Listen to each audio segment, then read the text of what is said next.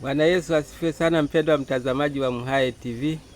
Na kukaribisha tena katika kipindi chetu cha mkate wa leo. Bado tunaziangalia ahadi za Mungu kwetu zilizoandikwa katika Biblia ambazo zimekuwa baraka mno kwetu. Leo bado tuko katika kitabu cha Methali na tumeifikia sura ya 22 mstari mmoja tule wa 6. Nao unasema, mlee mtoto katika njia impasayo, naye hata iacha hata atakapokuwa mzee. Mlee mtoto katika njia impasayo, naye hata iacha hata atakapokuwa mzee. Pendwa mtazamaji wangu, asante kwa kuwa u pamoja nami. Libarikiwe sana jina la Bwana aliyekupa nafasi hii ya kuendelea kuwa pamoja nami. Mungu akubariki sana. Ni ombi langu uendelee kuwa pamoja nami, tupate kujifunza neno la Mungu siku zote. Hapa tunakutana na ahadi nyingine iliyopo kwa wazazi. Wazazi nisikieni. Wazazi wenzangu nisikieni. Kila mmoja ambaye amebahatika kuwa na watoto zaidi ya mmoja, Biblia inasema mlee mtoto katika njia impasayo. Mtoto ni mtoto. Ili aufikie utu uzima anatakiwa alelewe. Kabla mtu hajawa mtu mzima anapitia utoto. Hata mimi nilikuwa mtoto na sasa ni mtu mzima. Hata wewe ulikuwa mtoto, sasa ni mtu mzima. Wewe ulipitia katika malezi yako, nami pia nimepitia katika malezi yangu. Jambo muhimu sio yale malezi tuliyopitia. Jambo muhimu ni namna tulivyozingatia yale malezi tuliyopitia. Narudia tena. Jambo muhimu sio yale malezi uliyopitia. Jambo muhimu ni lile ulilolizingatia wakati unalelewa katika malezi bora. Njia ni nini inayotajwa katika mstari huu? Anasema mlee mtoto katika njia impasayo, naye hata iacha hata atakapokuwa mzee. Hapa njia maana yake ni mahali ambapo mtoto anatakiwa kupita. Njia ni mle tunamopita, tunapoenda kwenye shughuli zetu, kwenda kuonana na jirani, kwenda kutazama shamba, kwenda kutazama biashara, ama kwenda ofisini, tunapitia katika njia. Njia ni sehemu anazotumia mwanadamu kufika mahali anakotaka kufika. Sasa ukisoma Injili ya Yohana sura ya 14 mstari wa 6, Yesu anasema mimi ndimi njia na kweli na uzima.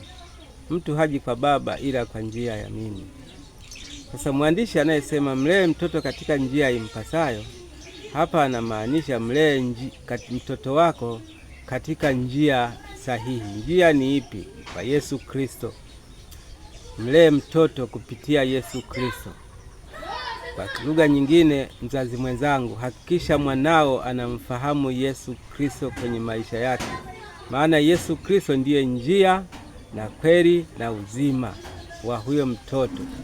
Kwa hiyo hakikisha mtoto wako umemlea, yaani maana yake umemuonyesha huyo Yesu na thamani ya huyo Yesu, amfuate ili aje ufikie uzima wa milele.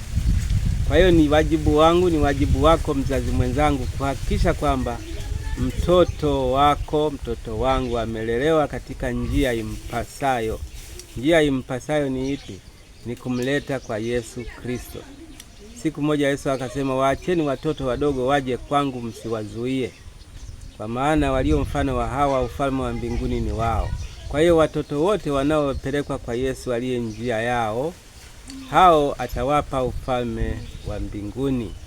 Pendwa mtazamaji wangu, mzazi mwenzangu hasa, tafadhali hakikisha mtoto wako umemlea katika njia impasayo.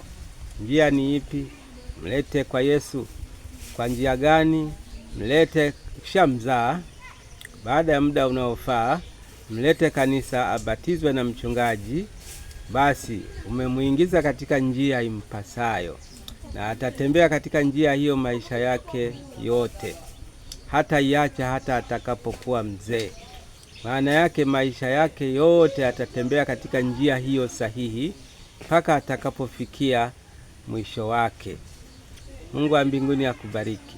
Mimi najua utafaidi ukifanya hivyo kwa mtoto wako. Utafaidi, utakula matunda ya mtoto wako. La sivyo utavuna mabua kwa mtoto wako. Ukimpa njia nyingine utakula mabua. Utavuna mabua. Hutapata kitu, bali ataungana na magrupu mengine na kupotelea huko. Na wewe mwenyewe hutafaidi. Lakini ukitaka kumfaidi mwanao, ukitaka kufaidi na kula matunda yake, muonyeshe njia iliyo sahihi. Njia hii akiipita, mambo yako safi. Mungu akubariki. Tukutane tena wakati ujao. Asante kwa kutufuatana nami, mzazi mwenzangu. Mungu akubariki sana. Na wakati ujao nitakuletea jambo jingine zaidi. Asante kwa kuwa nami. Kwa wewe ambaye hujanisubscribe kwenye akaunti yangu, tafadhali fanya hivi. Na Mungu wa mbinguni atakubariki. Asanteni ninyi mnaoendelea kufanya hivi. Mungu wa mbinguni, baraka zenu ziko za kutosha. Taanza kuziona waziwazi. Katika jina lake Mungu Baba, Mwana na Roho Mtakatifu, barikiwe sana. Amen.